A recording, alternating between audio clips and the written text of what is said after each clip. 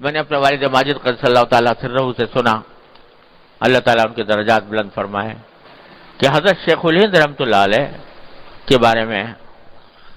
میرے والد ماجد رحمۃ اللہ علیہ حضرت شیخ الہند رحمۃ اللہ علیہ کے عاشقوں میں سے تھے، اور بچپن میں جو عصر کے بعد کا وقت ہوتا تھا، لڑکے جو ہیں وہ کھیل کود میں کہیں جایا کرتے تھے، کوئی تفریح میں، حضرت والد صاحب علیہ حضرت شیخ الہند کے مجلس میں جا کے بیٹھ جاتے تھے بچپن سے۔ فرمایا یہ ہماری تفریح تھی کہ عصر کے بعد حضرت وہاں دارالعلوم دیوبند کے صحن میں تشریف رکھتے تھے، اساتذہ ہوتے تھے، طلبہ ہوتے تھے، تو اسی میں حضرت والد ماجد قدس اللہ تعالیٰ سرہ بھی فرماتے ہیں، لہٰذا ان کی سنی ہوئی باتیں بہت یاد تھیں ان مجلسوں کی حضرت والد صاحب نے۔ تو فرماتے تھے کہ ایک مرتبہ حضرت شیخ الہند رحمۃ اللہ علیہ نے کسی مسئلے پر بڑی عالمانہ فاضلانہ تقریر فرمائی، ایسی باتیں اس میں فرمائیں کہ جو پہلے لوگوں نے سنی نہیں تھیں، اور بڑی عالی شان فاضلانہ باتیں تھیں۔ تو جب سنا لوگوں نے تو ان میں سے حاضرین میں سے کسی نے کہا کہ حضرت آپ نے تو آج طبیعت ہماری جو ہے بہت ہی خوش کر دی، اور سن کر طبیعت کو اطمینان بہت ہوا، اور ایسی باتیں ہم نے پہلے کبھی نہیں سنی تھی جس طرح آپ نے بیان فرمائی،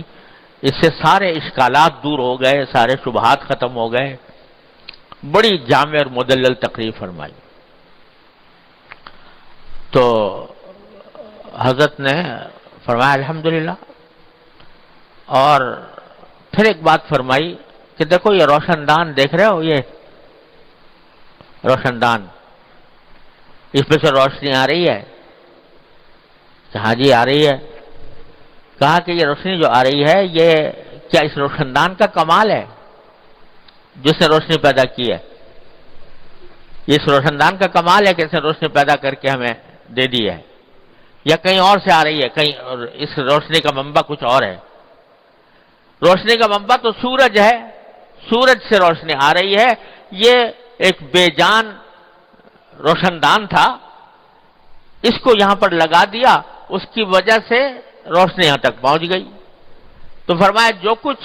ہم نے عرض کیا اس کا منبع تو کہیں اور ہے، جو کچھ بات کہی گئی تھی وہ تو مبدأ فیاض کی طرف سے ہے، مبدأ فیاض کی طرف سے اللہ تبارک و تعالیٰ نے دل میں ڈالی ہیں باتیں، تو لیکن مجھے اس کا ایک ذریعہ بنا دیا، جیسے روشن دان کو روشنی آنے کا ذریعہ بنا دیتے، یہ فرمایا۔ تو تعلیم دے دی، حقیقت حال بھی یہی ہے، اور تعلیم بھی دے دی کہ جب کوئی تعریف کرے تو وہ تعریف در حقیقت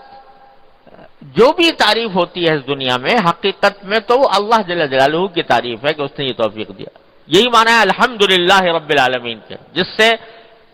قرآن کریم کا آغاز ہوا ہے۔ الحمدللہ، تمام تعریفیں اللہ کے لیے ہیں جو پروردگار ہے تمام جہانوں کا، کہ جو کوئی تعریف کہیں ہوگی کسی بھی چیز، کسی کے حسن و جمال کی تعریف ہو، کسی کے علم و فضل کی تعریف ہو، کسی کے کمال کی تعریف ہو، کسی کے سخاوت کی تعریف ہو، کسی چیز کی تعریف ہو، حقیقت میں وہ تعریف اللہ جل جلالہ کی ہے۔ اور یہ حقیقت اگر ذہن نشین ہو جائے، اللہ تعالی ہمارے دلوں میں یہ بات بٹھا دے، تو عجب کی جڑ کٹ جائے کہ میں تو میری کیا تعریف، تعریف تو اس کی ہے جس نے یہ توفیق عطا فرمائی۔ اللہ تبارک و تعالی یہ بات دل میں بٹھا دے اور اس کا شکر ادا کرنے کی توفیق عطا فرمائے، تو انشاءاللہ عجب پاس کو نہیں پھٹکے گا، پاس بھی نہیں آئے گا، اگر یہ احساس دل میں قوی ہو جائے۔